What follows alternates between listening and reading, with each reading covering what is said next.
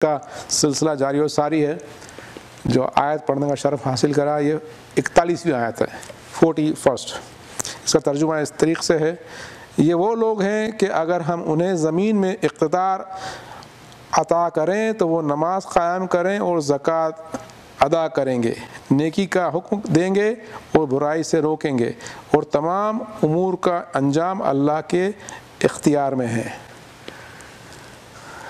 تو اس آیت پہ بحث ہے کہ یہ جو آیت آئی ہے کیا صرف اس وقت کے مومنین کے لیے آئی ہے یا تا قیامت تک کے مومنین کے لیے آئی ہے آیت. ایک فرقہ مسلمانوں کہتا ہے کہ صرف وہ جو اس وقت کے جو مومنین تھے مہاجر و انصار ان کے لیے آیت آئی ہے کیونکہ انہوں نے کچھ اقتدار قائم بھی کرا تھا. لیکن جو میزان نے بیان کرا ہے، میزان نے کہا کہ آیت تا قیامت کے مومنین کے لیے ہے. کیا ہے کہ ان کی کوشش یہ ہونا چاہیے کہ وہ جس سوسائٹی میں رہیں جس معاشرے میں رہیں وہاں پر وہ نیکی کر سکیں، وہ نماز پڑھ سکیں، نماز کو قائم کریں، زکوٰۃ ادا کریں، اور اچھے کاموں کا حکم کریں اور برائی سے روکیں، اور انجام اللہ کے اختیار میں ہے، اور انجام اللہ کے ہی اختیار میں ہے. تو یعنی ہر جگہ جہاں مسلمان ہوں ایک اپنی سوسائٹی قائم کریں اپنے حساب سے، جس میں کہ آپس میں مل جل کے وہ اسلامی معاشرہ پیدا کریں اور نماز پڑھیں اور زکوٰۃ دیں اور امر بالمعروف کریں اور نہی عن المنکر کریں. تو یہ ہر وقت کی کوشش ہے کہ ایسا ہو جائے، اور یہ تا قیامت تک کے لیے اس طرح کے معاشرے کی ضرورت ہے. اب ہو پایا نہ ہو پایا یہ الگ بات ہے، لیکن کوشش ہمیشہ رہے اپنے حساب سے اپنے معیار سے کرتا رہے، انسان اپنی سوسائٹی بنائے تاکہ ایک دوسرے نماز کو قائم کرے، زکوٰۃ دے اور نیک کاموں کا امر کرے، برائی سے روکے. یہ ہماری سب کی کا فرض ہے، اپنی کمیونٹی بنائے، مسلم کمیونٹی ہر طرف کوشش اپنے حساب سے جاری رکھیں. مکے میں سرکار تھے تو ان کی ایک الگ کوشش تھی، مدینے میں جب سرکار نے حکومت بنائی تو وہ ایک معیار تھا.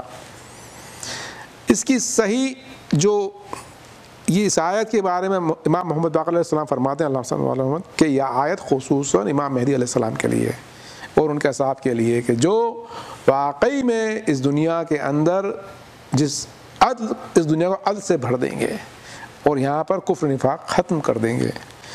تو لیکن اس کا یہ مطلب نہیں کہ وہ آئیں گے اور وہی کریں گے اور ہم تو بیٹھے رہیں، ایسا نہیں ہے. ابھی آپ اپنی طرف سے اس میں کوشش کریں، اپنی سوسائٹی کے معاشرے کو اسلامک بنائیں،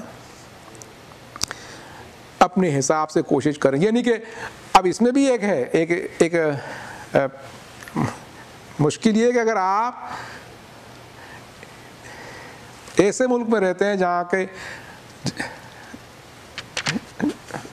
جہاں کی کہ جو گورنمنٹ ہے وہ غیر اسلامی ہے، تو آپ کیا کریں گے وہاں؟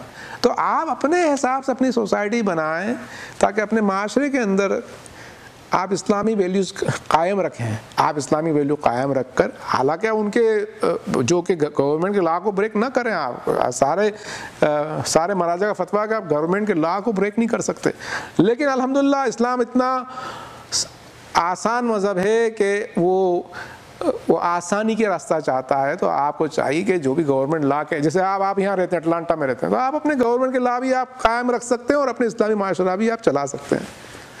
لیکن جو اسلامی حکومت کی بات ہے تو وہ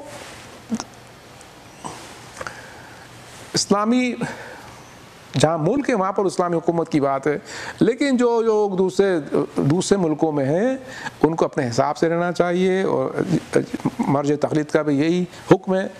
جب امام زمان آئیں گے تو وہ بات الگ ہے، لیکن ہم کو کوشش کرنا چاہیے کہ ہمارے معاشرہ ایسا تیار ہو کہ جب امام زمان آئے تو ہم کو ان کی نصرت میں مشکل نہ آئے، ہم ان کے ناصرین میں کہلائیں. اب اس میں امر بالمعروف و نہی عن المنکر کے بارے میں کافی حدیثیں ہیں، میں تھوڑی سی کچھ پڑھ دیتا ہوں. کہ کسی نے سرکار سے پوچھا کہ سرکار سب سے نیک کام کیا ہے؟ سرکار نے فرمایا کہ جو تم میں سے امر بن معروف و نہی عن منکر کرتا ہے وہ سب سے زیادہ نیک ہے۔ مولا متقیان نے امر بن معروف نہی عن منکر کے بارے میں کیا کہا؟ کہا کہ سارے جتنے عمل ہیں ان کو اس میں آپ جہاد بھی رکھ لیں، وہ سب کے سب امر بالمعروف و نہی عن منکر کے مقابلے میں ایسے ہیں کہ لعاب دہن اور ایک بڑا سمندر۔ سارے عمل جہاد ملا کے بھی لعاب دہن کے برابر ہیں، اور امر بالمعروف ایک سمندر کی طرح ہے۔ اتنی بڑی عظمت ہے اس کی۔ کیوں ہے ایسی عظمت؟ اگر ہم امر بالمعروف و نہی عن منکر نہ کریں گے تو ہم لوگ دین سے غافل ہو جائیں گے، دین سے ہم غافل ہو جائیں گے۔ اگر آپ غیر مسلم ملک میں رہتے ہیں اور اگر آپ نے اپنی ویلیوز چھوڑ دیں، جو کہ بہت آسان ہے، آج کل کا جو معاشرہ آپ کو معلوم ہے کیسا ہے، ہم نے اگر اپنے اسلامی اسکول قائم نہ کرے، ہم نے اپنے بچوں کو سکھایا نہیں کہ اسلام پہ کیسے چلنا، اور ایک دوسرے کی مدد نہیں کرے، تو ہم لوگ مکسنگ پارٹ میں مکس ہو کے ختم ہو جائیں گے، مکسنگ پارٹ میں ہو کے ختم ہو جائیں گے اور دین ختم ہو جائے گا۔ اس لیے سب سے ضروری مذہب میں امر بالمعروف نہی عن منکر ہے۔ لیکن اس کا بھی طریقہ ہے کہ کس طریقے سے کیا جائے۔ ایک مثال پیش کی جاتی ہے کہ سرکار کے پاس ایک جوان آیا، اور سرکار کے پاس جوان آ کے کہنے لگا کہ مجھے زنا پسند ہے۔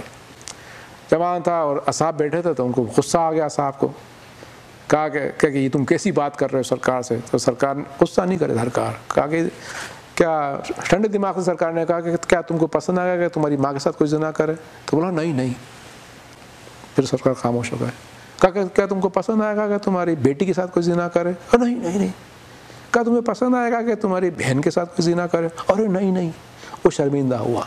تو سرکار نے کہا پھر اس کے سینے پہ ہاتھ رکھا اور دعا کری اللہ سبحانہ تعالیٰ سے کہ اللہ سبحانہ تعالیٰ اس کے ہارٹ کو، اس کے دل کو پاک کر دے میرا، اور اس کے گناہوں کو بخش دے، اور اس کو ہر طرح کی فحاشہ سے دور رکھ۔ اس کے بعد وہ شخص اتنا نیک ہو گیا۔ تو اس طریقے سے امر بالمعروف سرکار نے کرا، نرمی کے ساتھ اور سمجھا کے۔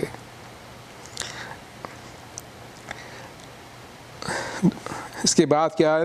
وہ ان یکذبک فقط کذبت قبلہم قوم نوح وعاد وثمود وقوم ابراہیم وقوم لوط واصحاب المدین وکذب موسیٰ فاملیت للکافرین ثم اخذتہم فکیف کان نکیر۔ اور اگر یہ آپ کو جھٹلا رہے ہیں تو ان سے پہلے نوح کی قوم اور عاد اور ثمود نے بھی اپنے انبیاء کو جھٹلایا، اور ابراہیم کی قوم اور لوط کی قوم نے بھی، اور اصحاب مدین نے بھی، اور موسیٰ کو بھی جھٹلایا گیا پہلے۔ تو میں نے کافروں کو ڈھیل دی اور پھر اپنی گرفت میں لے لیا، دیکھو کہ میری عقوبت کیسی تھی۔ تو اللہ سبحانہ تعالیٰ فرما رہا ہے کہ اگر تم جھٹلائے گئے ہو تو اس سے پہلے نوح کی قوم نے بھی جھٹلایا پیغمبر نوح علیہ السلام کو، اور عاد اور ثمود نے بھی جھٹلایا، اور حضرت ابراہیم کی قوم نے، حضرت لوط کی قوم نے بھی جھٹلایا، اور مدین کے لوگوں نے بھی جھٹلایا، اور موسیٰ کو بھی جھٹلا دیا۔ تو پھر اللہ تعالیٰ نے ان کو ڈھیل دی اور بعد میں ان کو اپنی گرفت میں لے لیا۔ تو اللہ کے یہاں ڈھیل ہے تاکہ دو طرح کی ڈھیل ہے۔ کیوں ڈھیل کیوں ہے؟ نیکوکاروں کے لیے ڈھیل اس لیے کہ تاکہ وہ توبہ کر لیں اور آگے اپنی گناہوں کی معافی مانگ لیں۔ گناہ گاروں کے لیے اور جو سرکشوں کے لیے ڈھیل اس لیے کہ گناہ میں اور آگے بڑھ جائیں، تاکہ پھر ان کے پاس، اللہ کے پاس جانے کے وقت کوئی حجت نہیں رہے۔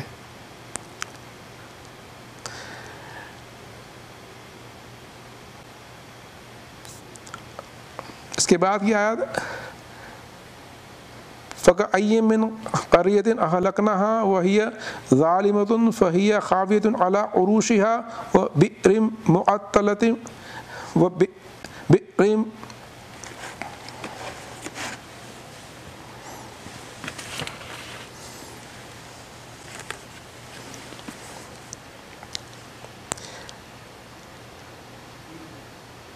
فَكَأَيٍّ مِّن قَرْيَةٍ أَهْلَكْنَاهَا هِيَ ظَالِمَةٌ فَهِيَ خَاوِيَةٌ عَلَىٰ عُرُوشِهَا وَبِئْرٍ مُّعَطَّلَةٍ وَقَصْرٍ مَشِيدٍ۔ بہت تیری بستیاں ہیں جنہیں ہم نے ہلاک کر دیا جو کہ ظالم تھیں اور اپنے چھتوں پر گری پڑی ہیں، کنویں بیکار پڑے ہیں اور مضبوط محل بھی ویران ہے۔ اللہ سبحانہ تعالیٰ نے کہا کہ تم ایسی بہت سی بستیاں جن کو ہم نے نیست و نابود کر دیا کیونکہ وہاں کے رہنے والے باشندے ظالم تھے اور ان کی دیوار ان کی چھتوں پہ گری پڑی ہیں، یعنی کہ دیوار چھتیں گر گئیں کیونکہ لوگ مر چکے تھے، تو وہ جب لوگ مر گئے تھے تو دھیرے دھیرے چھتیں گر گئیں اور دیواریں چھتوں پر گر گئیں، اور جب لوگ ہی نہیں رہے تو کنویں بھی ویران ہو گئے اور جو مضبوط محل تھے وہ بھی ویران ہو گئے، سب ویران ہو گیا کیونکہ لوگ ہی نہیں رہے۔ اللہ تعالیٰ نے ایسے پہلے کی آیت میں بتایا اللہ نے کس طرح سے اللہ نے سمود اور عاد کو نیست و نابود کر دیا۔ ابھی بھی آپ ڈاکیومنٹری میں دیکھ سکتے ہیں سمود کے جو کہ مکان ہیں، آج آپ بھی دیکھیں گے تو آپ دیکھ کے حیران ہو جائیں گے کس طریقے سے سمود نے اپنے مکان بنائے تھے، پہاڑوں کو تراش کر پورے کے پورے شہر بنائے تھے، تو بالکل ویران ہو گئے۔ تو کنویں بھی ویران ہیں، بڑے بڑے محل ہیں وہ بھی ویران پڑے ہیں۔ تو اس کے اندر جو کہ مولا فرماتے ہیں کہ کنویں سے کیا مراد ہے، ویران کنویں سے کیا مراد ہے، تو ویران کنویں سے مراد ہے خاموش امام۔ خاموش امام جس کے پاس کوئی جاتا نہیں ہے وہ خاموش امام اس کنویں سے مراد ہے۔ اور مضبوط محل جو آئے یہاں، جو مضبوط محل سے بولتا امام ہے جس کی بات لوگ سنتے ہیں، مضبوط محل سے یہ مراد ہے۔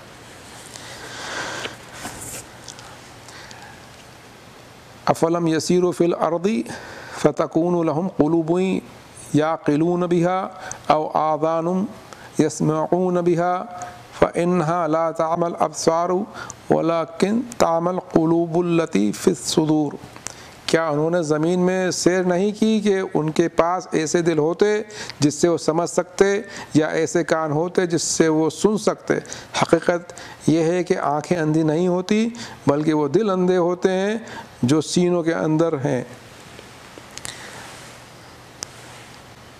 تو اللہ سبحانہ تعالیٰ نے کہا کہ میں نے تم کو اتنی مثالیں دے دی کہ کس طرح سے ہم نے بستیوں کو ہلاک کر دیا، بستیاں سونی پڑی ہیں۔ تو پھر اللہ نے کہا کہ تم نے زمین میں سیر نہیں کری تاکہ تمہارے جو دل ہیں وہ سمجھ سکتے یا ایسے کان ہوتے جس سے کہ وہ سن سکتے۔ حقیقت یہ ہے کہ آنکھیں اندھی نہیں ہوتی بلکہ وہ دل اندھے ہوتے ہیں جو سینوں کے اندر ہیں۔ تو دل سے کیا مراد ہے؟ دل سے مراد ہے ہماری روح، ہماری تھاٹ پروسیس، ہمارے سوچنے کی طاقت۔ تو اللہ سبحانہ تعالیٰ کہتا ہے کہ آنکھیں اندھی نہیں ہوتی، دل اندھے ہوتے ہیں، یعنی ہماری سمجھ، ہماری روح وہ اندھی ہوتی ہے۔ تو کیا اللہ نے کہا تم یہ دیکھتے نہیں؟ تم نے کس طرح سے جو پہلی امتیں تھی کس طرح سے یہاں سے واپس چلے گئیں، سونی پڑی ہیں، بستیاں اجاڑ ہو گئیں، تم بھی اس سے نصیحت لو کہ تمہارا کیا انجام ہونے والا ہے۔ تم نے اللہ کی اطاعت کری، وہ لوگ نافرمان تھے تو ان کا یہ انجام ہوا۔ لیکن اللہ نے کہا کہ آنکھیں اندھی نہیں ہوتی، دل اندھے ہوتے ہیں۔ انہوں نے اپنی دل کی آنکھ سے نہیں دیکھا کہ ان کا کیا انجام ہوا۔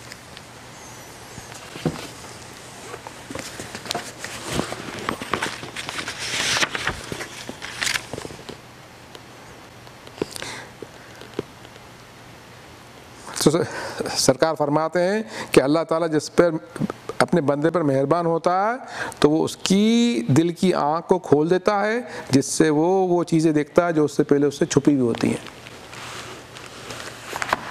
جس پہ اللہ مہربان ہوتا ہے اس کی دل کی آنکھ کھول دیتا ہے جس سے وہ چیزیں دیکھتا ہے جو کہ دوسروں سے چھپی رہتی ہیں۔ اللہ تعالیٰ نے کہا نا کہ جو لوگ ایمان نہیں لائے وہ مردہ ہیں اور جو با ایمان ہے وہ زندہ ہیں۔ جو مومن ہوتا ہے اور جس کی آنکھ کھلی ہوتی ہے وہ ایسی چیز دیکھتا ہے جو دوسروں سے چھپی ہوتی ہے، وہ چیزیں دیکھتا ہے جو دوسرے نہیں دیکھتے ہیں۔ اب مومنین کے بھی درجات ہیں کہ کون سے لیول کا مومن ہے نا. ہر ایک کو ہر چیز نہیں دکھتی نا, لیکن جو عرفا ہوتے ہیں, جو کہ علماء ہوتے ہیں, جو انہوں نے کافی سلوک میں آگے بڑھے ہوئے ہیں, تو وہ چیزیں دیکھتے ہیں جو ہم نہیں دیکھتے ہیں. وہ جو ان کو وہ چیزیں دکھائی دیتی جو ہم کو نہیں دکھائی دیتی. وہ عام انسان کے چہرے کو دیکھ کے بتا دیتے ہیں کہ اس کی روحانیت کتنی ہے اور اس کے کیا گناہ ہیں. چہرے کو دیکھ کے بتا دیتے ہیں. آپ ہم کو نہیں دکھتا وہ, یا ان کو رات کے خوابوں میں وہ چیزیں دکھ جاتی ہیں جو ہم کو نہیں دکھتی ہیں, آگے کی خبر مل جاتی ہے ان کو. تو یہ چیزیں ہیں جو ان کو جو دکھتی ہے وہ ہم کو نہیں دکھتی ہیں. اور بھی بہت دکھتا ہے ان کو, جو جس کا جتنا روحانی سفر ہے اس کو اللہ اتنا دیتا ہے اور اتنا دکھاتا ہے, اور اس کا ایمان اتنا اور مضبوط کرتا ہے اللہ.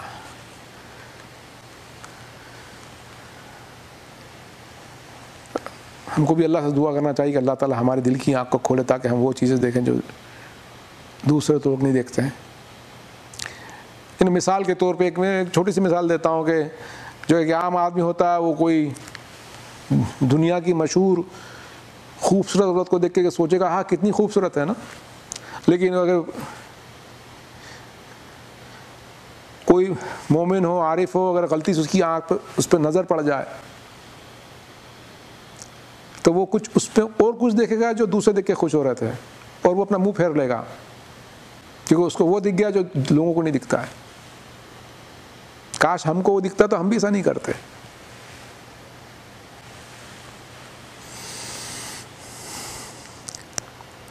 تو ان لوگوں کے لیے تقویٰ زیادہ آسان ہو جاتا کیونکہ ان کو وہ چیز دکھتی جو ہم کو نہیں دکھتی ہے.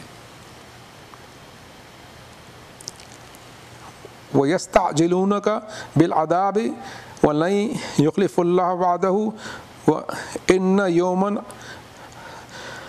عِندَ رَبِّكَ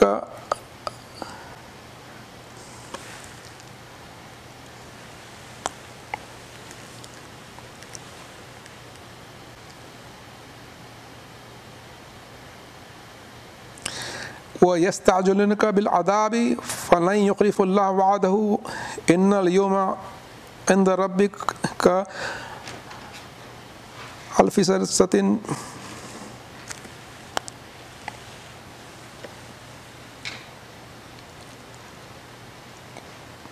وَيَسْتَعْجِلُونَكَ بِالْعَذَابِ وَلَن يُخْلِفَ اللَّهُ وَعْدَهُ إِنَّ الْيَوْمَ عِندَ رَبِّكَ كَأَلْفِ سَنَةٍ مِّمَّا تعدون. ایک بار وہ پڑھنا پڑے گا, مشکل آیات ہے یہ, اس کو میں چوتھی بار پڑھ رہا ہوں تو آپ کو ایڈیٹنگ دھیان سے کرنا پڑے گا. وَيَسْتَعْجِلُونَكَ بِالْعَذَابِ فَلَن يُخْلِفَ اللَّهُ وَعْدَهُ إِنَّ يَوْمَ عِندَ رَبِّكَ أَلْفِ سَنَةٍ مِّمَّا تَعُدُّونَ. یہ لوگ آپ سے جلد عذاب لانے کا مطالبہ کر رہے ہیں, اور اللہ ہرگز وعدہ خلافی نہیں کرے گا, اور ایک دن تمہارے رب کے نزدیک 1000 سال کے برابر ہے جسے تم شمار کرتے ہو. ہر وقت ہر پیغمبر سے یہی ڈیمانڈ رہی ہے, خواہش رہی کہ جلدی آئے عذاب, دکھاؤ تم جو کہہ رہے ہو. کیونکہ لوگ جاہل تھے, اور جب عذاب آتا تھا تو کہتے تھے ہم ہی ظالم ہیں. ہمیشہ یہ رہا, عذاب جلدی لاؤ, عذاب جلدی لاؤ. سرکار سے بھی پوچھتے لوگ کہ آپ عذاب لے کے آ جائیں. تو کہا کہ یہ تم سے عذاب لانے کے بارے میں جلدی کر رہے ہیں.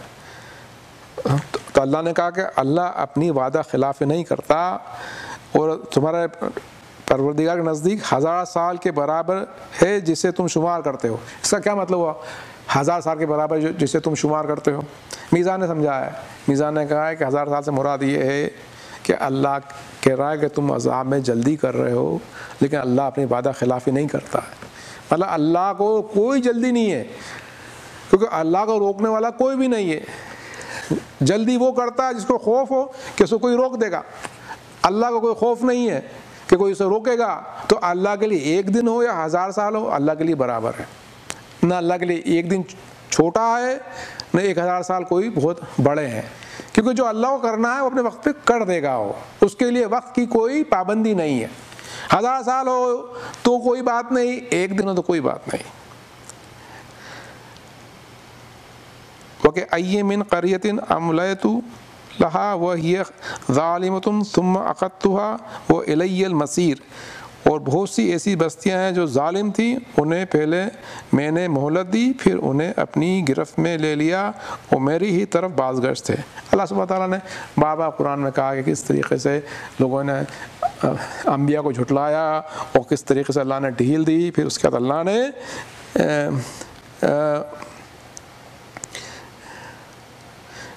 پہلے مہلت دی، پھر اس کے بعد اپنی گرفت میں لے لیا، اور میری طرف ہی باز گشت تھے۔ ابھی اتنا سا آیا ہے کرونا، اس میں دنیا پریشان ہو گئی ہے۔ اب ایسا کوئی دنیا کی بستی نہیں جہاں پر کرونا نہیں پھیلا پاؤ۔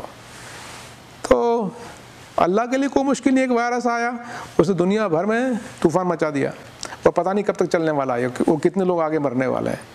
ابھی بھی لوگ نہیں سیکھ رہے ہیں، ابھی بھی مطلب ماس گریوز بن گئی نیو یارک میں، ہر طرف چوطرف ملکوں میں ماس گریو بنی ہوئی ہیں۔ اس کے بعد بھی لوگوں کو سمجھ نہیں آ رہی ہے کہ اللہ سے خوف کریں اور اللہ کی طرف رجوع کریں اور اس کے فرما بردار ہو جائیں۔ قل یا ایھا الناس انما انا لکم نذیر مبین فالذین آمنوا وعملوا الصالحات لہم مغفرۃ ورزق کریم۔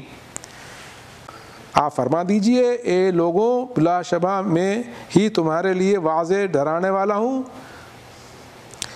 پس جو لوگ ایمان لائے اور اعمال صالح بجا لائے ان کے لیے مغفرت اور باعزت رزق ہے۔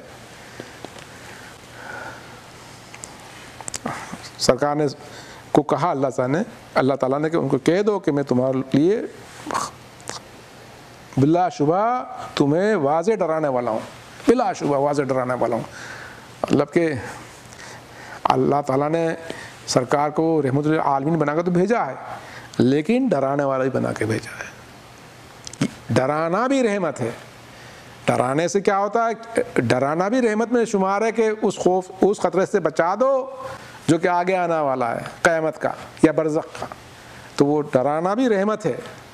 اچھا ٹیچر جو ہوتا ہے وہ اسٹوڈنٹ کو خوف دلاتا ہے تاکہ وہ اسٹوڈنٹ اچھا بنے، وہ ٹیچر کی رحمت ہوتی ہے۔ تو یہ جو ڈرانا ہے سرکار کا ہر عمل رحمت تھا۔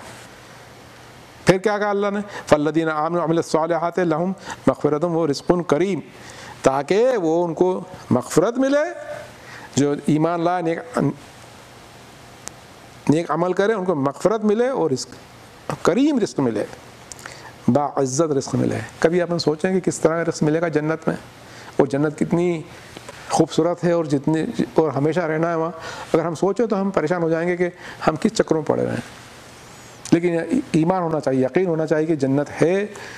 وہ ایمان آتا ہے قرآن سننے سے، قرآن پر تفکر کرنے سے، سرکار کی زندگی کو دیکھنے سے، اور سیکھ لینے سے دنیا سے کس طرح سے پرانے لوگ جا چکے ہیں دنیا سے، اور کس طرح سے لوگ کورونا میں جا رہے ہیں، اور کس طرح سے دنیا بہت فانی ہے اور آخرت کا گھر باقی ہے۔ اب ایسا لگتا ہے اس کورونا دیکھ کے کہ دنیا سے ہمارا دل اٹھ جانا چاہیے اور ہم کو اللہ کی طرف رجوع کرنا چاہیے۔ اب جیسے میں نے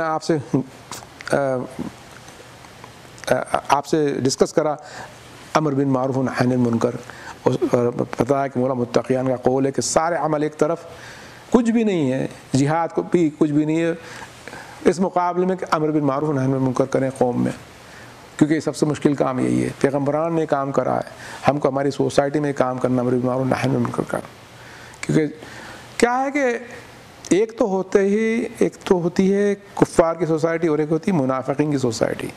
کفار کی سوسائٹی الگ ہوتی ہے، منافقین کی سوسائٹی الگ ہوتی ہے۔ منافقین کے ساتھ امر بالمعروف کرنا اور مشکل ہو جاتا ہے، کیونکہ وہ کہتے تو ہیں کہ ہم مسلمان ہیں، اور مسلمان کا لبادہ اوڑھتا ہے لیکن اندر سے نفاق رہتا ہے، وہ سب سے مشکل کام ہے۔ اور یہ حالت امام حسین کے ساتھ تھی کہ یزید نے کہا تھا کہ میں تمہارا امیر المومنین ہوں، اور سارے کے سارے یزید کے ساتھ ہو گئے، سارے مفتی اور قاضی اور جن کو فتوے لکھنا تھا سب نے فتوے لکھ دیے کہ یہ غلط ہیں، حسین غلط ہے، یزید صحیح ہے۔ اس ماحول کے اندر جب جا رہے تھے امام حسین تشریف لا رہے تھے مکے سے کربلا کی طرف، تو لوگ کہہ رہے تھے کیوں جا رہے ہو حسین، کیوں جا رہا ہے حسین؟ کیا مسئلہ ہے؟ یہیں کر لیں حج، نماز پڑھیں، روزہ رکھیں، کون سی مشکل میں تم پڑے ہوئے ہو؟ تو یہ مشکلات آتے ہیں۔ اور اس کے اندر امام حسین نے کس طریقے سے اپنے گھر والوں کو لے گئے، اور لوگ باغ سوال کر رہے اور چھوڑ رہے ان کو، اور چیز کو سمجھ نہیں رہے، اور اس کے اندر مولانا جو قربانی دی ہے، اس کے بعد لوگوں کو سمجھ میں آیا کہ اس قربانی کا کیا مطلب تھا، لیکن جب تک تو ٹو لیٹ ہو گیا تھا۔ اسی طرح جب امام مہدی آئیں گے یہی ہونے کا آگے، لوگ کہیں گے کیوں آ گئے یہ، اور کیا مسئلہ ہے، ہم نماز تو پڑھ رہے ہیں، ہم روزے تو رکھ رہے ہیں، یہ مشکل کیا لے کے آ گئے، یہ کون سے اسلام کی بات کر رہے ہیں، یہ کون سے انقلاب کی بات کر رہے ہیں۔ تو جن لوگوں نے امام حسین کو سمجھا ہے وہ امام مہدی کو بھی سمجھیں گے، اور جنہوں نے امام حسین کو نہیں سمجھا وہ امام مہدی کو بھی نہیں سمجھیں گے۔ ہم دعا کرتے ہیں اللہ سبحانہ تعالیٰ سے کہ ہم کو اللہ امام حسین کی اور کربلا کی معرفت دے، اور امام